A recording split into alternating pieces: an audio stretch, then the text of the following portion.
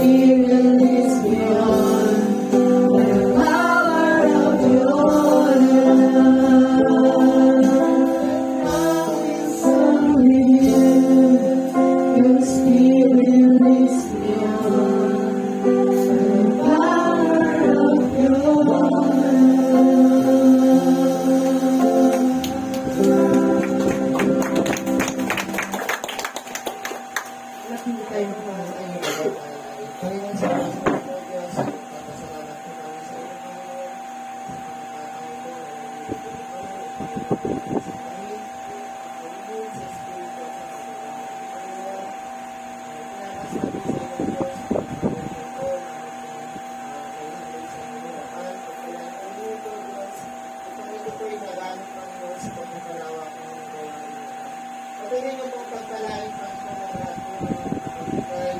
Ngayon din po Diyos sa mga ito ng kapatid.